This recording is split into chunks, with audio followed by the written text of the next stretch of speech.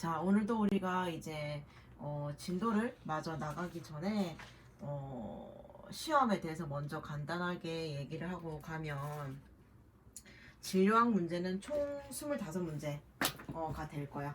전부 다 객관식이고 주관식이나 단답식은 없고 전부 다 객관식 문제가 될 거고 시험 범위는 이제 챕터 1부터 챕터 5까지 할 거야. 그래서 이제 간단히 이제 시험이 어디에서 나오는지 한번 우리가 보면 챕터 1은 솔직히 얘들아 현장 평가라서 딱히 어느 부분에서 나온다고 하기엔 너무 범위가 좁아서 챕터 1에서는 일단 2문제가 나올 거야. 그리고 이제 챕터 2를 넘어가게 되면 챕터 2는 1차 평가인데 여기서는 총 3문제가 나올 거야. 그래서 먼저 페이지 31쪽을 보게 되면 이제 기도 평가에 관한 문제가 하나 나올 거고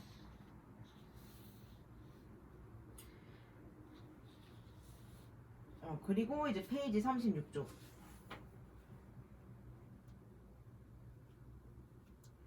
36쪽을 넘어가게 되면 순환평가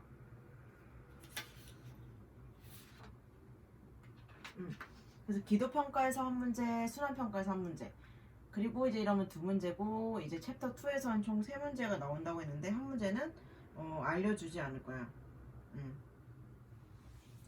이렇게 해서 총 3문제가 되겠고 그 다음에 이제 챕터 3을 넘어가게 되면 챕터 3에서는 총 2문제 그래서 페이지 54쪽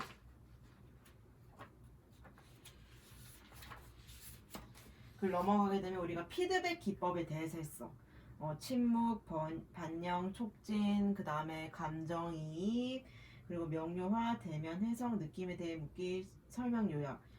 이 피드백 기법에 대해서 했는데 여기서 한 문제가 나올 거고 나머지 한 문제는 알려주지 않을 거야. 하지만 풀 수는 있어. 딱히 이 문제에 대해서 힌트를 주기가 좀 애매해서 따로 주지는 않지만 너네가 충분히 풀 수 있는 문제라서 하나는 주지 않고 이렇게 해서 챕터 3에서 총 2문제가 나올 거고 챕터 4를 넘어가게 되면 챕터 4에서는 총 4문제가 나올 거야. 병력 청취에서 나올 건데 어디에서 4문제가 나오냐 하면 74쪽에 우리 환자 병력 요소가 있었지. 거기에 주어소, 현재 병력, 과거 병력, 뭐 개통별 조사 여기 있는데 여기 안에서 총 4문제가 나올 거야.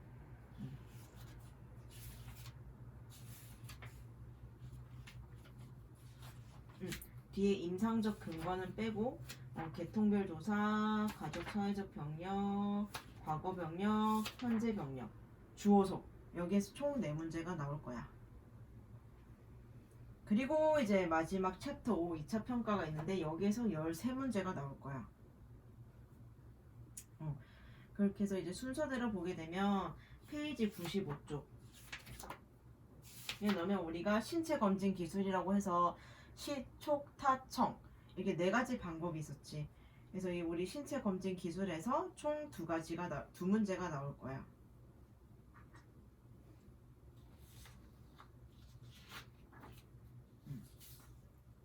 그리고 이제 107페이지를 넘어가게 되면 우리가 활력지무가 있거든. 활력지무라고 해서 이제 호흡, 맥박, 혈압 체온이 있는데 여기서 총 4문제가 나올 거야.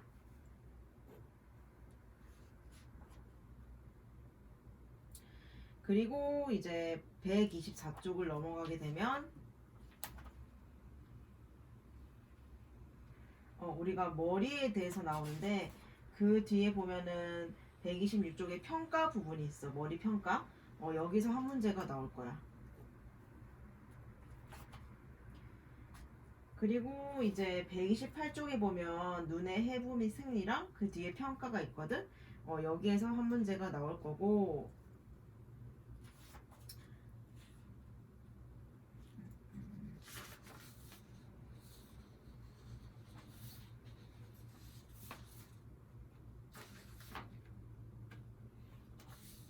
정정할게.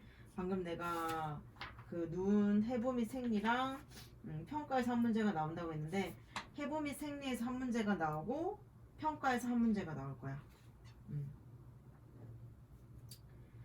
그리고 이제 172쪽에 넘어가게 되면 복부 평가가 있거든. 여기에서 한 문제가 나오고 그리고 이제 207쪽을 가게 되면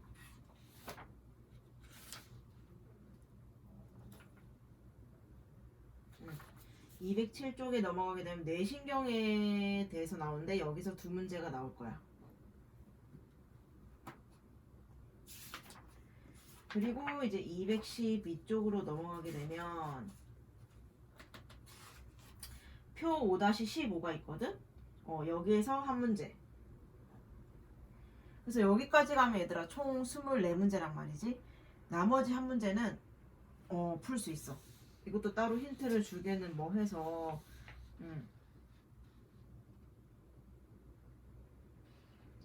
그래서 알려주지 않은 이 한 문제까지 해서 총 25문제가 될 거야. 그래서 챕터 1에서 2문제, 챕터 2에서 3문제, 그 챕터 3에서 2문제, 챕터 4에서 4문제, 챕터 5에서 13문제, 그리고 알려주지 않은 한 문제까지 해서 총 25문제.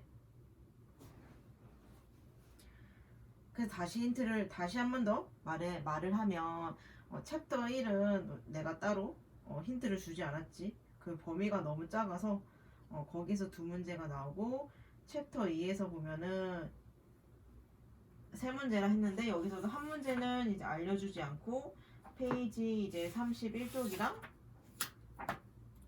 36쪽에 있는 기도평가랑 이제 그 순환평가 여기서 각각 한 문제가 나와서 총 3문제. 그리고 챕터 3에서는 두 문제가 나오는데 여기서도 하나는 알려주지 않고 나머지 하나는 우리 페이지 54쪽에 그 피드백 기법에서 한 문제. 이렇게 해서 총 2문제가 나오고 챕터 4에서는 총 4문제가 나오는데 이것은 우리가 그 환자 병력 요소 중에서 이제 사전 자료, 주호소, 현재 병력, 과거 병력, 개통별 조사 여기에서 총 4문제가 나오는 거지. 그리고 이제 챕터 5를 넘어가게 되면 여기서는 13문제가 나온다.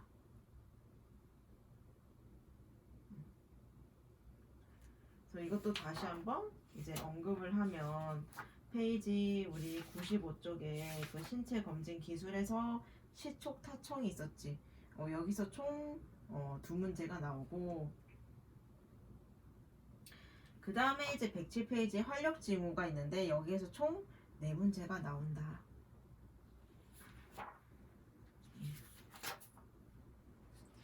그리고 이제 그 124쪽에 머리의 해부 및 생리랑 평가가 있는데 여기에서 한 문제가 나오고 그 바로 뒤에 128쪽에 눈이 나오는데 눈의 해부 및 생리에서 한 문제 그리고 평가에서 한 문제가 나올 거야. 그리고 이제 172쪽으로 넘어가서 우리가 복부 평가에 대해서 나오는데 거기서 한 문제가 나올 거고 그 다음에 이제 우리가 207페이지로 가서 그 뇌신경이 있어. 뇌신경에서 이제 2문제가 나올 거고 마지막으로 이제 212쪽의 근력검사 표 5-15 여기에서 한 문제가 나올 거야. 이렇게 해서 총 마지막 알려주지 않은 한 문제까지 해서 이렇게 25문제가 시험 범위가 되겠다.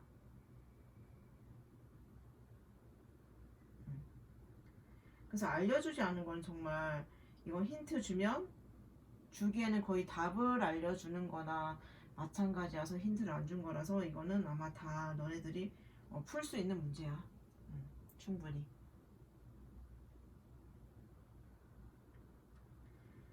이렇게 해서 이제 2차 평가까지가 시험 범위이고 우리가 이제 지난 시간에 어디까지 나갔냐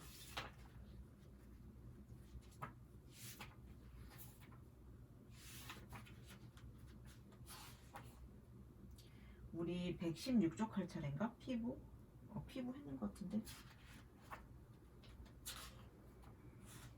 털 해야 되는구나. 122쪽. 그치? 우리가 진도를 다 나가진 않았지만 범위는 챕터 5까지다.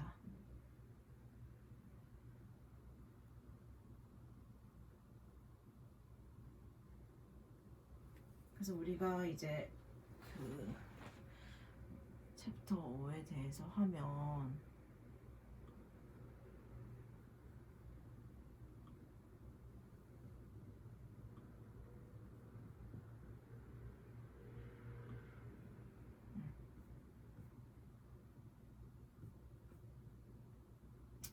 우리가 오늘 털 할 차례. 털.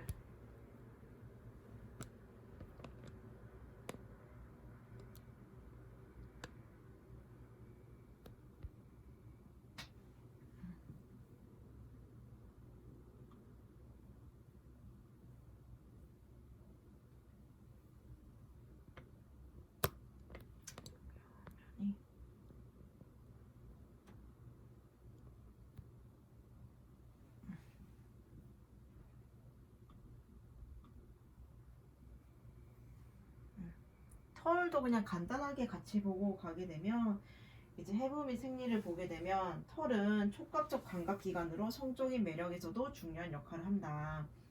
손바닥, 발바닥, 생식기의 일부분 제외하고 신체 전반을 덮고 있다. 저기 중간쯤에 보면 나이가 들면서 털의 색은 연해지고 성장이 쇠퇴하여 회색으로 변하게 된다. 그래서 남성과 여성 모두 일반적으로 연령이 증가하면서 신체의 털 감소를 경험한다. 그래서 눈썹의 측면 3분의 1이 상실되는 것은 노인에게서는 정상이다.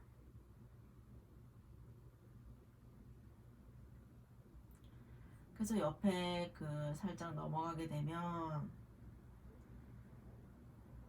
항암요법 중에 암 환자는 전신의 탈모를 경험할 수 있다. 사춘기 동안 털이 정상적으로 자라지 못하면 뇌하수체 혹은 호르몬에 문제가 생길 수가 있다.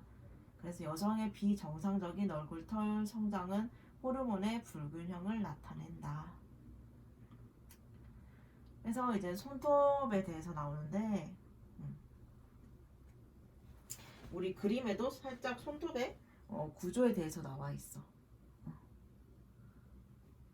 손톱 부분을 같이 보게 되면 손톱과 발톱은 손가락과 발가락의 가장 끝부분에 있으며 보호가 주 기능이다. 그래서 옆에 보면 아주 유연하지만 강하며 긁고 핥히고 후벼팔 수 있는 예리한 테두리를 제공한다. 그래서 우리 손톱은 하루에 약 0.1mm씩 자라게 된다. 또한 이제 손 발톱 판은 혈관이 많이 분포된 손 발톱 바닥이 있으므로 손톱이 분홍색으로 보이게 된다.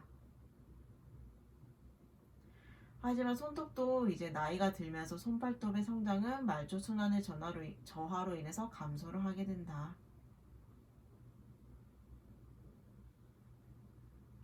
그래서 이 손톱과 발톱을 통해서는 무엇을 평가를 할 수가 있나? 보게 되면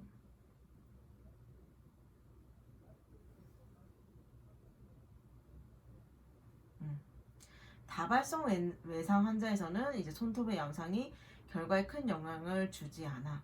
하지만 내과 환자의 경우에는 이제 손톱에서 중요한 정보를 얻을 수가 있다. 손톱의 상태에 따라서 이제 여러 가지 추측을 할 수가 있는데 보통 손발톱에 생기는 함몰은 전신 질환이 원인이 된다. 그 뒤로 넘어가게 되면 우리 표를 보게 되면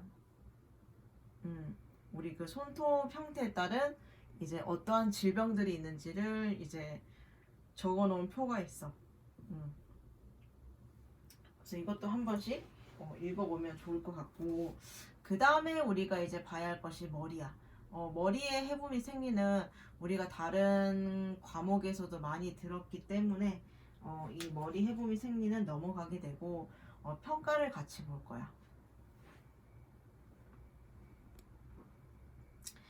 평가를 같이 보게 되면 이제 응급구조사는 두피와 머리털을 시진하고 촉진할 때 머리뼈를 검사할 수가 있다.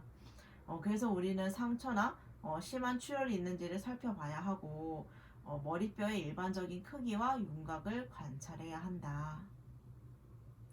그래서 두피는 혈관이 매우 발달되어 있지만 출혈을 조절하는 혈관 수축 기전은 거의 없다. 그래서 우리가 조금만 이제 열상이 있어도 다량의 출혈이 발생을 할 수가 있어.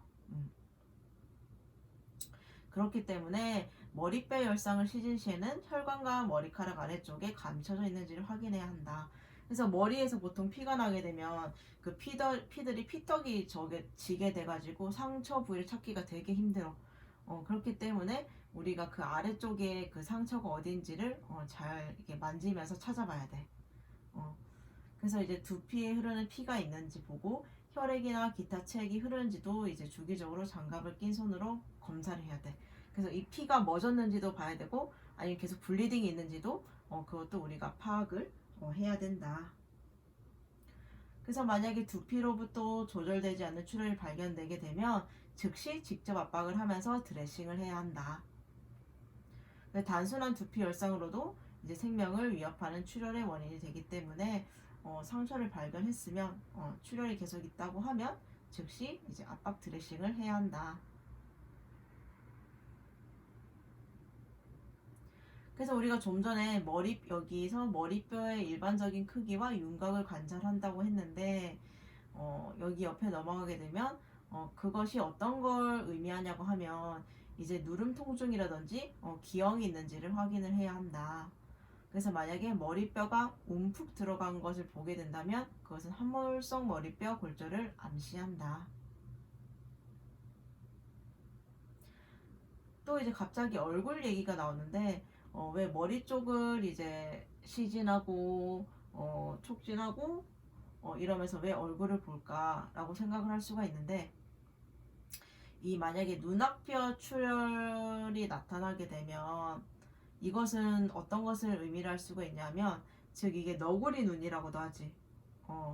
너구리 눈이라고 하는데 이 푸른색 변색이 있는지도 잘 관찰을 해야 돼. 그래서 아마 너구리 눈은 많이 봤을 거야. 어떤 건지 잠깐 보게 되면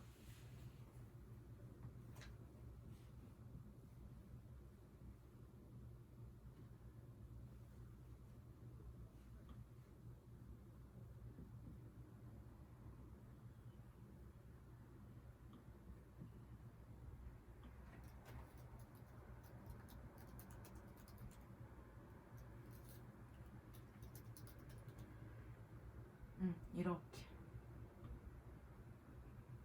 음, 이렇게 보이지. 꼭 너구리처럼. 음.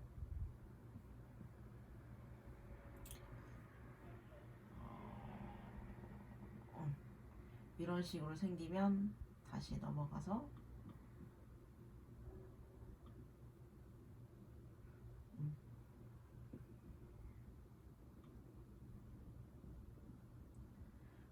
이것을 왜 관찰을 하냐면 이것은 머리뼈 바닥의 골절의 전형적인 징후들이야. 그래서 이 징후라고 하는 게 이게 현장에서 또는 이제 사고로 인해서 다쳐서 머리뼈에 골절이 일어났어. 그럼 그게 바로 현장에서는 나타나지 않아. 음. 이런 징후들은 응급 현장에서는 잘 나타나지 않지만 손상된 후 몇 시간이 경과하면서 나타나게 된다. 그래서 만약에 응급실에 도착해서 이제 여러 가지 검사를 하게 되면서 이제 이 라쿠나이즈가 보인다면 머리뼈 바닥 골절이 있는 것을 이제 우리가 추측을 할 수가 있는 거지. 물론 그 안에 여러 가지 검사를 통해서 알게 되겠지만 이러한 징후들이 나타나게 되면 머리뼈 바닥 골절 시 이렇게 나타날 수 있구나라고 우리가 알 수 있는 거지.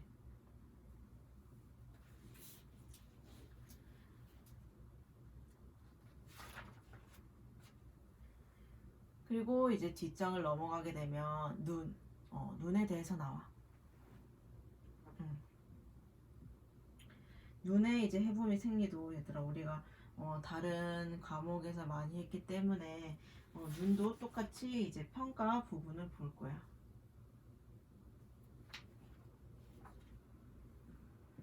평가 부분을 보게 되면 눈 검사를 하는 거에 대해서 나와 있어. 보통 우리가 응급 환자를 발견하게 되면 우리가 펜라이트로 동공 반응이 적절한지를 먼저 보게 된단 말이지. 그래서 책을 같이 보게 되면 눈 검사를 위한 이상적인 환경은 조용하고 주위가 산만하지 않고 빛의 통제가 가능하며 환자를 편안하게 해준 방이다.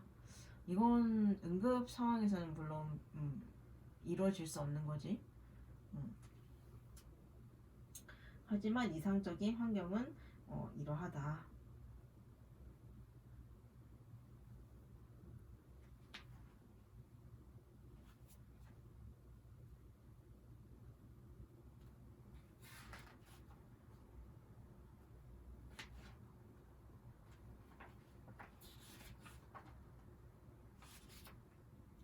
그래서 여기를 말고 우리가 봐야 할 것은 133쪽.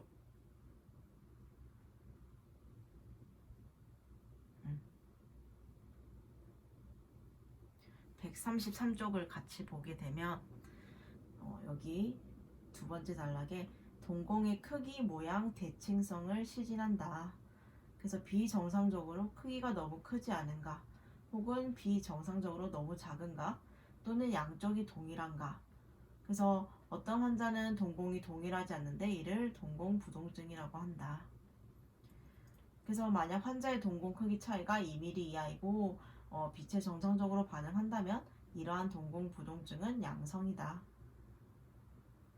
그 동공을 검사하기 위해서는 한쪽 눈에 먼저 빛을 비추어 그 눈의 반응을 관찰한다. 그렇지, 우리가 동공을 보통 볼 때 양쪽을 동시에 보는 게 아니라 한쪽을 본 다음에 나머지 한쪽도 보게 되지. 그래서 이 검사는 눈의 직접적인 반응을 보이는 것이다. 그래서 동공은 수축되어야 하고 다른 쪽 눈도 검사를 반복한다. 그래서 옆에 보게 되면 정상적인 동공은 빛에 활발하게 반응을 한다. 그래서 느린 동공 반사는 뇌압이 증가해서 눈돌림 신경의 압력이 가해지고 있음을 암시한다. 그래서 양쪽 눈의 대강 반사가 지연된다면 뇌 조직의 전반적인 저산소증이나 약물 부작용 반응을 암시하고, 동공 수축은 아편 과다 투여를 암시하고, 이완되어 고정된 동공은 뇌사를 의미하게 된다. 그래서 우리가 이 동공에 관한 것도 우리 다른 과목에서도 많이 했으니까 그때 배운 거를 기억을 떠올리면 될 것 같아.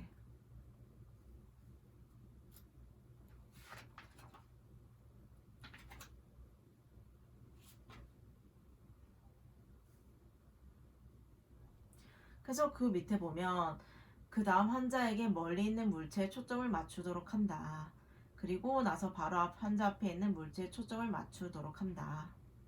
그래서 가까이에 있는 물체에 초점을 맞추려면 환자의 동공이 수축이 되어야 하고, 그 다음 환자에게 응급구조사의 손가락 혹은 연필 비슷한 물체를 보라고 요청하고, 이를 환자의 코 언저리까지 움직인다. 그래서 환자의 눈은 물체가 가깝게 있으므로 동공이 수축이 되어 있다. 그래서 마지막으로 이제 보게 되면 환자에게 손가락을 따라 보도록 하고 환자 앞으로 H자로 움직인다. 그래서 이 검사는 바깥 눈 근육의 통합성을 보는 것이다. 저기 그림에도 나와 있지. 어디 나와 있냐? 여기 보면 이렇게 H자로 움직이게 해서 따라 보도록 하는 거지.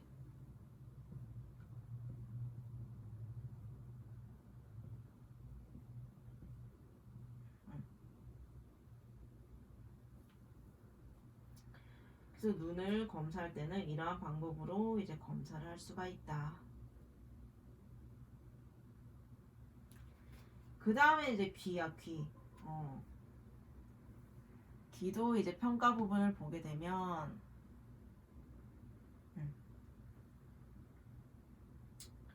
이제 일단 우리가 맨 처음으로 보아야 할 것이 두 귀가 대칭적인지를 살펴봐야 돼. 그래서 이제 귓바퀴의 크기, 모양, 대칭성, 경계표, 색깔, 머리에서의 위치를 시진한다. 그래서 기형, 덩어리, 피부 병변, 누름 통증, 발적이 있는지 주변을 관찰해야 한다.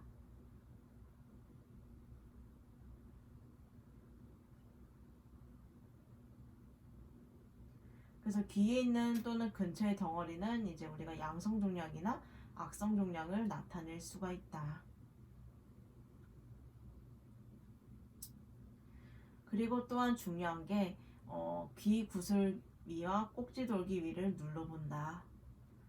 이 부위의 통증과 누름 통증은 이제 기염이나 꼭지돌기염을 암시한다. 그리고 이 부위의 변색은 배틀징후로 알려져 있는데 통상 머리 바닥뼈 골절 때문에 늦게 발생한다. 아까 라쿠나이즈도 우리가 그 머리 바닥뼈 골절 시 나타난다 했는데 이 배틀 사인도 머리 바닥뼈 골절 시에 나타날 수가 있어. 그렇기 때문에 귀도 우리가 검진 시 중요한 부분이다.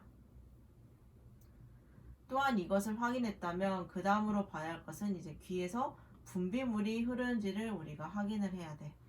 그래서 이제 뭐 점액, 고름, 혈액이 있을 수도 있고 머리 바닥뼈 골절 부위에서 누출되는 뇌척수액이 흘러나올 수도 있다. 그래서 귀 자체의 손상은 머리 옆에 둔상을 입어서 초래될 수가 있고 바깥귀나 가운데 귀의 일시적인 혹은 영구적인 손상의 원인이 되기도 한다. 그리고 이제 우리가 청력을 확인하는 방법이 있는데 우리가 그 동공도 한쪽씩 한쪽씩 검사하듯이 청력도 한쪽씩 한쪽씩 검사를 해야 돼.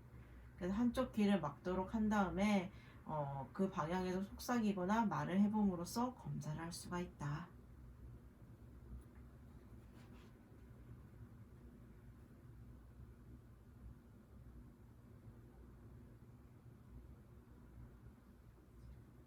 그리고 그 다음은 이제 코에 대해서 나온단 말이지. 코도 우리가 이제 평가를 바로 넘어가게 되면 환자의 앞과 옆에서 코를 검사하여 모양과 색깔, 코 중격에 구곰이 있는지를 확인해야 한다. 또한 이제 콧구멍이 벌렁거리는지를 확인해야 되는데 이는 호흡기계 장애를 나타낸다. 그래서 코 외부를 촉진해서 이제 함몰, 기형, 누름 통증이 있는지를 확인을 해야 한다.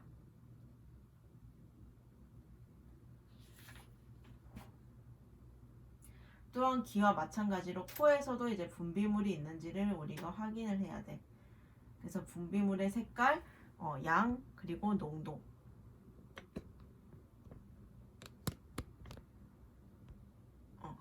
농도를 이제 주목을 해야 되는데 계절성 알레르기에서 볼 수 있는 코염은 물 같은 액체를 만들고 만약 분비물이 짙고 노랗다면 감염을 의심해야 한다. 또한 코피는 외상이나 코 중격의 결함에 기인한다.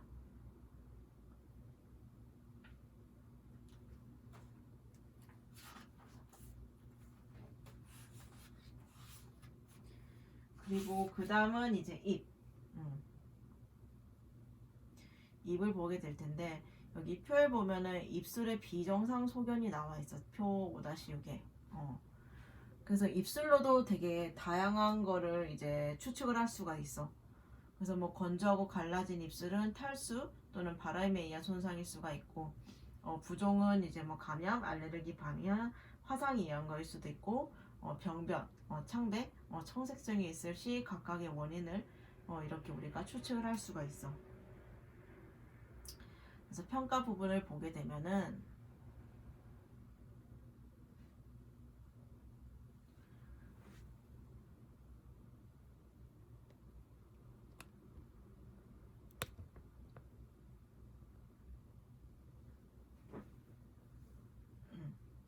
입술에서 시작해서 앞에서 뒤로 입을 평가한다.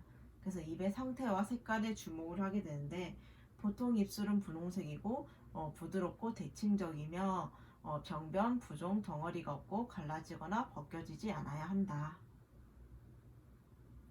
그래서 입을 검사하기 위해서는 우리가 펜라이트 또는 서랍자가 필요하다.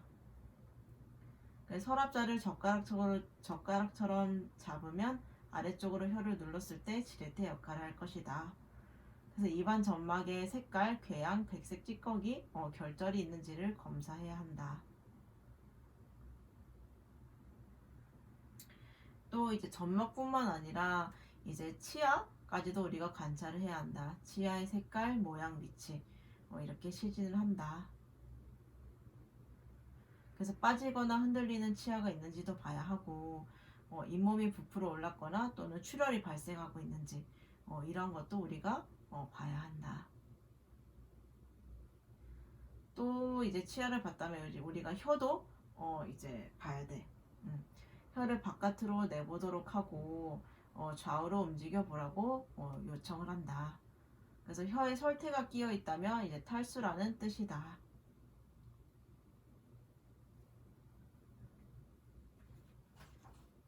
또한 우리가 혀 아래 부분은 표면이 매끄럽고 분홍색이어야 하는데 이제 정맥이 이완되어 이제 푸르스름한 변색이 있거나 초기형자시 누르스름한 색깔을 이제 가끔 볼 수가 있다. 우리가 되게 입안에서도 보아야 할 부분들이 많아. 그래서 여기 혀를 봤다면 이제는 이제 그 우리가 왜 이러냐? 입천장도 봐야 돼. 그래서 그 다음 보면은 정상적으로 흰색의 단단 입천장과 분홍색인 물렁 입천장을 검사를 해야 한다.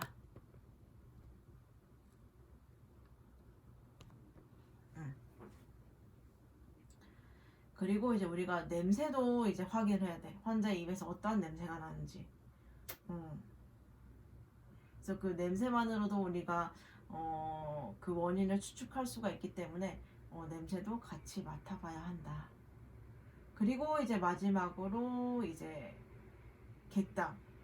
객담을 보는데 분홍색이 섞인 객담은 폐부종을 나타내며 연두색이나 노란색의 점액질 객담은 호흡기계 감염을 암시한다. 또한 이제 의치나 빠진 치아는 환자의 상부 기도를 막을 수 있으므로 환자의 입안에 뭔가가 있는지를 특별한 주의를 기울인다.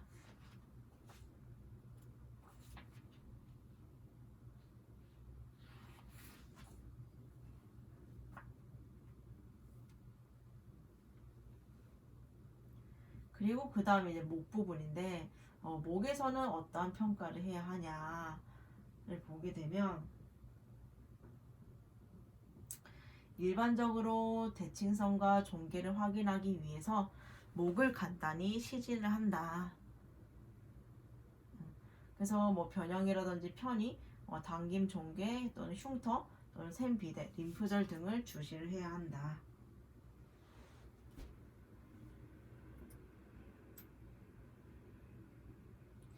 그래서 우리가 보통 중앙선 위치에서 기관을 촉진하고 그 다음 부드럽게 목동맥을 촉진을 하고 맥박수 및 맥박의 질을 기록을 한다.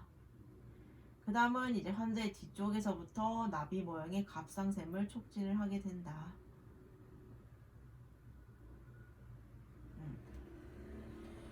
그 다음에 이제 림프절도 이제 검진을 할 수가 있는데 우리가 그 위에 표를 보면 각 그 림프절이 있는 부위가 적혀져 있어. 그래서 검사하는 방법이 있는데 이것도 그냥 한 번씩 읽어보면 좋을 것 같아. 그리고 우리가 이제 또 보아야 할 게 그 피하기종이야. 그래서 이제 그 목 쪽에 그 피부 바로 밑에 공기가 차 있는 이제 피부 및 공기증이 생겼는지를 시진하고 촉진을 한다.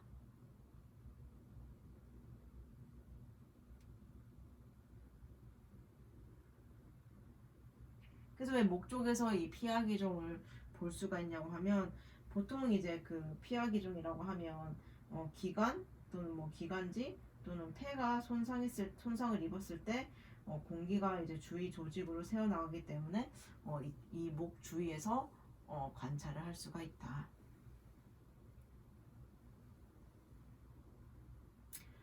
그리고 이제 그 다음은 가슴과 허파.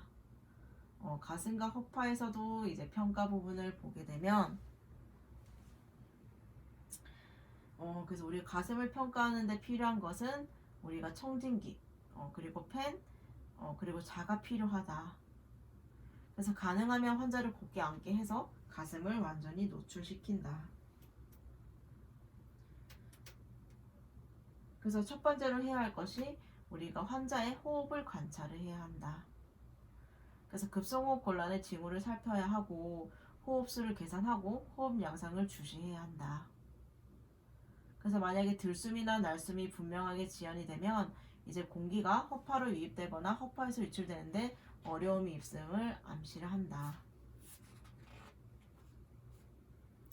그래서 뒤에 보면 이제 그림이 나와 있어. 이 그림을 보게 되면 우리 이거 많이 봤지. 특히 저 비둘기형 가슴. 그래서 이제 오목가슴, 비둘기형 가슴, 이제 정상 가슴, 출토형 가슴 이렇게 해서 이제 정상적인 거랑 비정상적인 이제 가슴벽에 대해서 나와 있어. 그래서 오목가슴이라고 하면 우리가 보통 이 가슴이 선천적으로 과도하게 함몰된 기형을 말하는 거고, 이 비둘기형 가슴은 이제 보통 선천적으로 흉골이 과도하게 솟아나와서 이제 앞으로 돌출된 가슴을 말하는 거지. 그래서 이러한 경우에는 이제 흉벽의 유연성이 잃어버려서 잘 팽창이 되질 않아. 그리고 이제 보통 술통형 가슴 우리가 폐기종 환자에서 볼 수가 있지. 그래서 다시 본문으로 가게 되면 상기도 폐쇄 또는 하기도 폐쇄의 음이 들리는지도 우리가 잘 들어야 한다. 청진기로. 그래서 호흡수 및 호흡 양상이 아주 비정상적이면 빠른 응급 중재를 취해야 한다. 그래서 그 다음에 이제 위에 관련된 설명인데 가슴 앞쪽을 시진하고 그 대칭성을 평가해야 한다. 그래서 오목가슴은 이제 복장뼈 아래가 들어가 있는 상태이고 비둘기형 가슴은 복장뼈가 바깥쪽 방향으로 튀어나온 상태이다. 그래서 환자의 가슴뼈 양쪽이 동일하게 올라오는지, 들숨 중 목 근육을 이용하는지, 날숨 중 배 근육을 이용하는지를 주시를 해야 한다. 그래서 만약에 빗장뼈 위 또는 복장뼈 위폐임, 그리고 갈비뼈 사이에서 피부 뒷당김이 있다면 환기 문제를 의심해야 한다.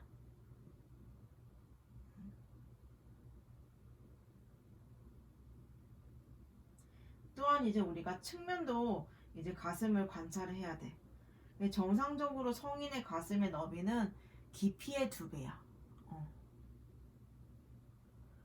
즉 가슴벽의 가로지름이 보통 앞뒤 지름의 2배이다. 무슨 말인지 알겠지? 이 가슴벽의 넓이가 보통 우리가 옆으로 봤을 때 그 앞뒤 지름의 2배라는 거지.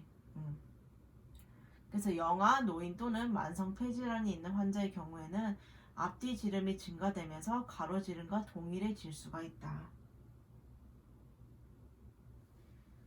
그래서 그림이 이 술통형처럼 보통 봐봐 앞뒤 폭이 좁단 말이지. 그래서 가로가 더 넓은데 이렇게 앞뒤가 이렇게 넓어지게 되는 거지.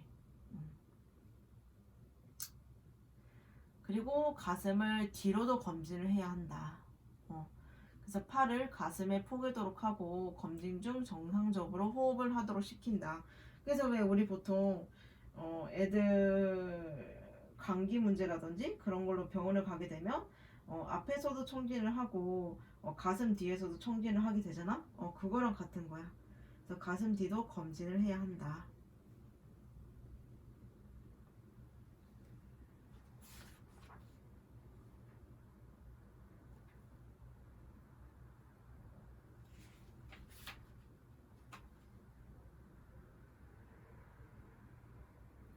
그래서 우리가 그 뒤에 장에 넘어가게 되면 비정상적인 숨소리에 대해서 나와 있어. 그래서 거품 소리, 쌕쌕거림, 그다음에 삑삑거림, 그렁거림, 가슴막 비빔 소리에 대해서 나와 있어. 우리가 다 알고 있는 사실들이지. 그래서 이제 본문을 보게 되면 경고성을 확인하기 위해서 이제 갈비뼈 오리를 촉진을 해야 한다. 그래서 이제 누름 통증이 있는지, 변형이 있는지, 함몰이 있는지, 또는 느슨한 부분이 있는지, 비대칭 부분이 있는지, 그리고 비임 소리가 나는지도 감시를 해야 한다. 감지를 해야 한다.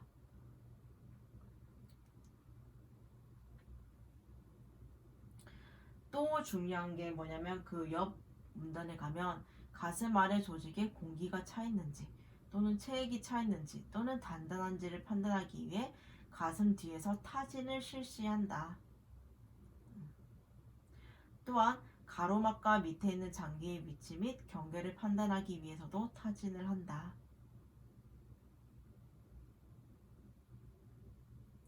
그래서 각 부위를 적어도 2번 정도 타진하고 양쪽 가슴을 비교해야 한다. 예를 들어 이제 오른쪽 가슴에서 나는 과공명음은 공기 가슴증을 의심을 하고 동일 부위의 둔한음은 혈액 가슴증을 암시할 수가 있다. 그래서 우리 공기 가슴증이랑 혈액 가슴증은 엄연히 이제 소리가 다르다.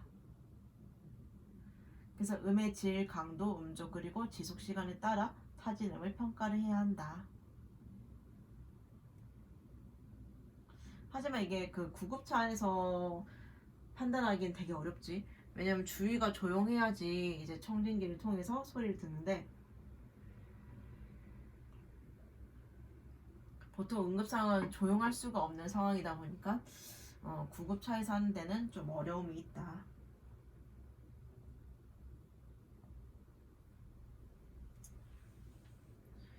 그리고 이제 밑에 보게 되면 우리가 환자의 가슴에서 정상 소리와 비정상적인 숨소리 음성을 청진을 해야 한다.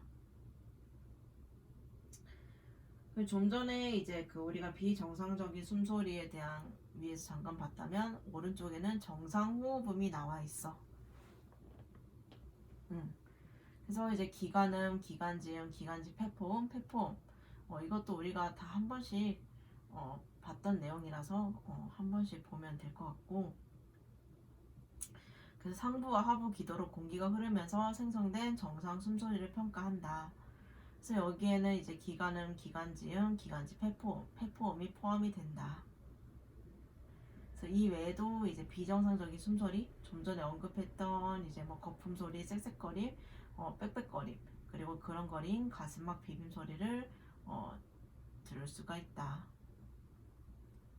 그래서 각 그 음이 들렸을 때 발생할 수 있는 그 질병에 대해서 나와 있는데 그 수포음으로 불리는 거품 소리는 보통 숨을 들이쉴 때 들리는데 가볍게 탁탁 펑 하는 소리가 나는 비음악적인 음이다.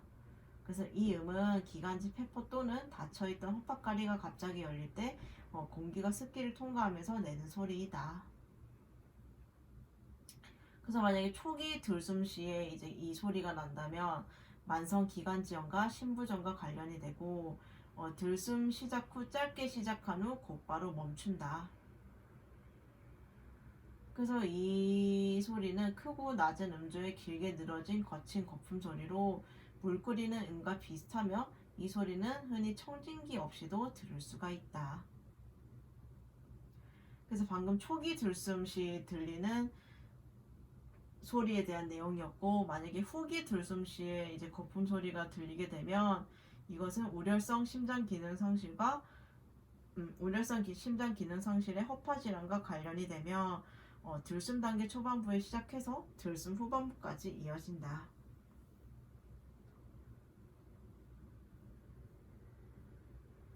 그리고 이제 우리가 쌕쌕거림이라고 하는 이 천명음은 휘파람 소리와 유사한 지속적인 고음조의 음이다. 그래서 이 소리는 기도가 좁아진 원인은 천식, 그리고 기관 경련, 그리고 이물질 때문이다. 그래서 이 쌕쌕거림이라고 하는 것은 보통 이제 기도가 좁아졌을 때 그때 공기가 통과하면서 발생을 해서 기도가 좁아진 원인에는 천식, 그리고 기관 경련, 그리고 이물질 때문에 이제 발생을 할 수가 있다.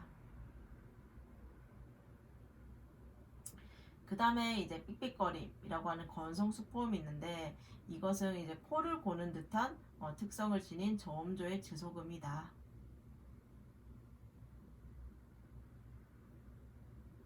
그래서 이것은 보통 기관지염과 폐렴에서 이제 들을 수가 있다.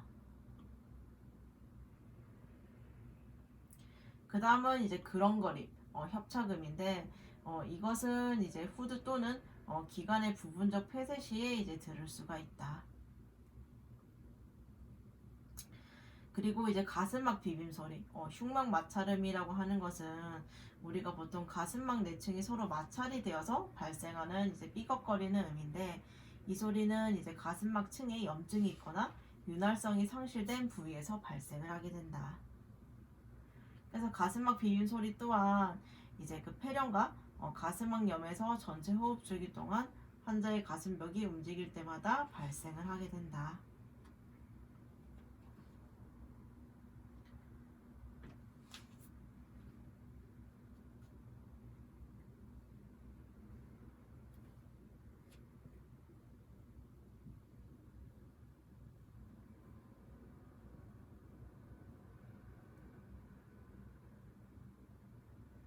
그래서 이제 비정상적인 호흡음이 났을 때 그 원인에 대한 이제 내용이 앞쪽에 나왔고, 우리가 그 다음에 또 봐야 할 것은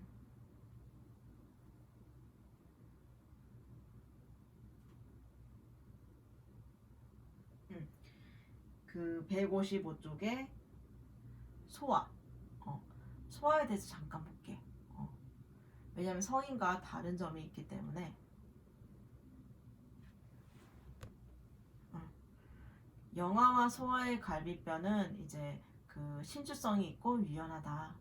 그래서 이 나이에서는 뼈보다 더 많은 물렁뼈로 구성이 되어 있기에 갈비뼈 골절은 드물다. 그래서 영아, 소아 같은 경우에는 우리가 갈비뼈가 아직 유연해. 그렇기 때문에 이제 어른만큼 갈비뼈 골절이 쉽게 일어나지는 않아. 그렇기 때문에 이제 허파 조직이 매우 손상되기 쉬워서 허파 타박상은 흔하게 일어난다. 그래서 작은 아이들은 이제 긴장성 공기가슴증으로 발전할 가능성이 높은 유동적인 세로막을 가지고 있기도 하다. 그래서 가슴 근육은 잘 발달되어 있지 않아서 아이들은 대부분 약 7세까지는 가로막으로 숨을 쉰다. 성인과 또 다른 점이지.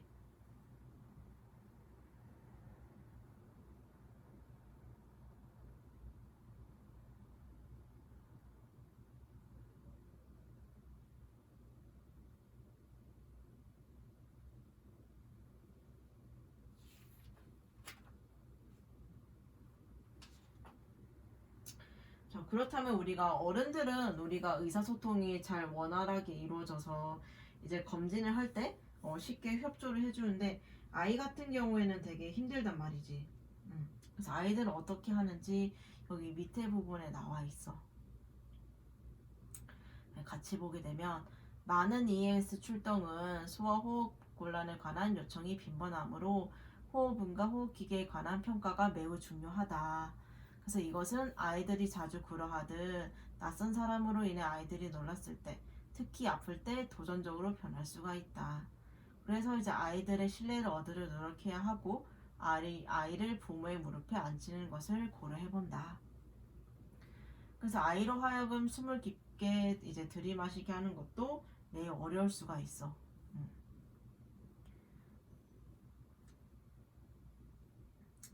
그래서 아이들은 이제 우리가 응급구조사가 요구하는 것을 이해하지 못할 수도 있다.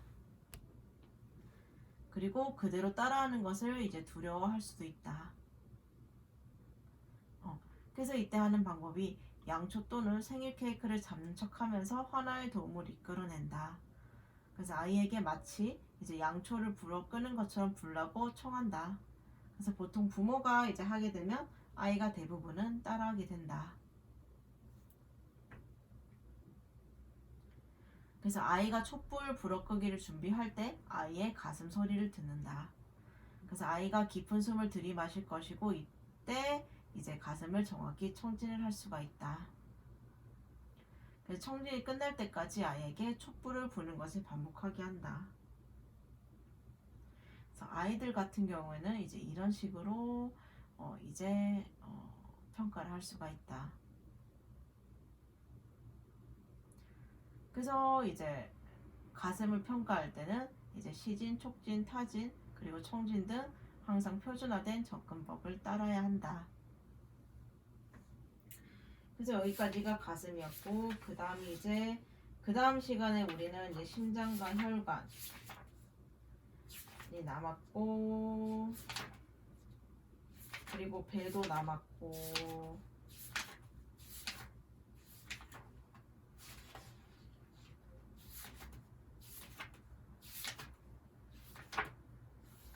이제 손목과 발 쪽, 골반 쪽이 남았지만 오늘은 여기까지.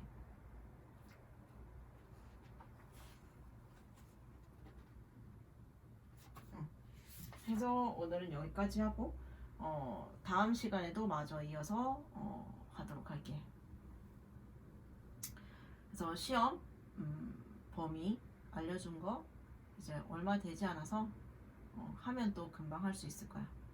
그래서 잘 이제 준비해서 우린 또 다음 시간에 보도록 할게.